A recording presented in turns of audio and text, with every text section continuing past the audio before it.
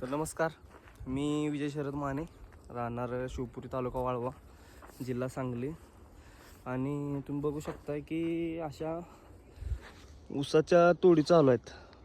त्यामुळं बिबट्याचं प्रमाण एवढं वाढले की आपल्या शेतामध्ये काही दिवसापूर्वी हे आपलं शेत आहे, ह्या शेतामध्ये काही दिवसापूर्वी बिबट्याचं पाय उठलेलं आपल्याला बघायला भेटलं होतं. इथनं तो आपल्या गावाकडं वरतं इकडं गाव आहे आपलं, हे पीर आहे, तर इकडे गेलेला दिसला होता काही दिवसापूर्वी. तर त्याच्यानंतर ती कळलं गावात की बिबट्याचं पाय गेलेलं दिसते, म्हणजे इथनं बिबट्या गेला आहे असं वावर आहे असं माणसासनी प्रात्यक्षिक जाणवायला लागलं. त्याच्यानंतर काही दिवसांना आम्ही ह्या भागात होतो.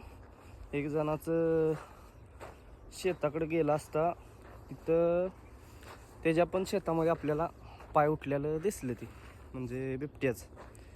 त्याच्यानंतर काय झालं की एक 2 दिवसानंतर मला वाटते सुमित माने त्यांचं जे म्हणजे कुत्रा आहे बाहेर जाळ्यापाशीच असते, जाळं थोडं खराब आहे त्याचं. तर त्याच्या कुत्र्यावर एक रात्री 3च्या सुमारास बिबट्यानं हमला केल्यानंतर ती म्हणजे त्यापासून दंगा जाणून आल्यावर ती बाहेर आली, ती उठून जागी झाली ती, आणि कुत्र्याला नरडं धरलंच होतं. थोडक्यात ती दंगा केल्यामुळं वाचलं.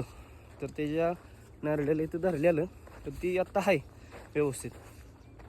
त्याच्यानंतर असं झालं की एक 2 ते 3 दिवस झाला असतील त्याला शिकार गावलं नाही वरतीकडल्या बाजूला. म्हणजे आता इकडे गाव आहे आपलं वरतं, शो रानातला परिसर आहे. त्याच्यानंतर 2-3 दिवसात वरतं गेल्यानंतर गावाच्या वरल्या बाजूला सुमित मानेच्या तिकडं गावाच्या वरल्या बाजूनं पिराच्या बाजूनं एक जणाच कुत्रा आहे, त्यांच्या कुत्र्यावर हमला करून त्याला नेऊन रातचं खाऊन झाडावर निम्मं खाऊन सोडून गेलं. ती गावात आता बातमी पसरली. त्याच्यानंतर आता 1-2 दिवस झाले आहेत, आणि काल रात्रीच मला वाटते विलास पोयकर यांच्या कुत्र्याला रात्री येऊन धरलेलं. पण ती पण थोडक्यात तिथं कुत्री पण आहे, आणि दंगा झाल्यावर 11:15 सुमारास धरल्यानंतर दंगा केल्यानंतर त्याचा नरड्याला जखम झाली ती, पण ती त्यातनं वाचलं आहे. तर असं काही बिबट्याचं प्रमाण वाढलं की आपल्या भागात, म्हणजे शिवपुरी गावात आता सारखा बिबट्याचा वावर वाढला आहे. अजून तो रातचा दिसतोय. काही दिवसानं गावात कुत्र्याचं प्रमाण असं होईल की कुत्री पुन्हा त्याला नाही भेटली तर पुन्हा तो माणसांच्या सकट हमला कराय कमी पडणार नाही, किंवा दिवसा असं शेतात आल्यानंतर दिवसासकट तो दिसू शकतोय.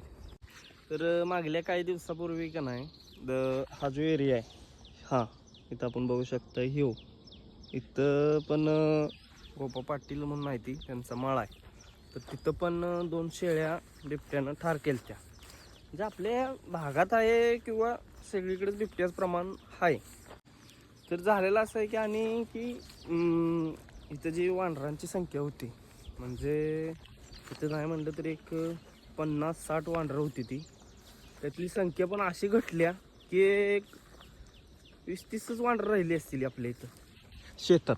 इथं टुवळे आता यात काय दिसतील तुम्हाला, ठराविक वानरं राहिल्यात. नाहीतर वानरांसकट आपल्या इथं आपण बघितलेलं की ही जी पिटी आपली, तर इथं एकदा वानराचं खाऊन नुसतं थोडं राहिलेलं अवशेष आपल्याला दिसलं होतं. आणि यात आपला भाग बघू शकताय, आता ह्यो वड्याकडचाच भाग आहे.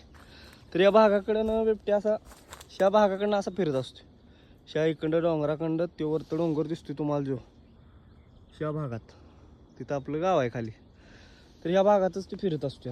तर त्यापासून कसं वाचलं पाहिजे किंवा काय केलं पाहिजे यासाठी थोडी आपल्याला माहिती कुणाला काय असेल, किंवा वन विभागाचा कॉन्टॅक्ट नंबर असेल, किंवा आणि काही बारीक सारीक गोष्टी माहीत असतील तर आपल्याला तुम्ही थोडं कमेंट बॉक्समध्ये सांगा, जेणं आपल्याला माहिती मिळेल.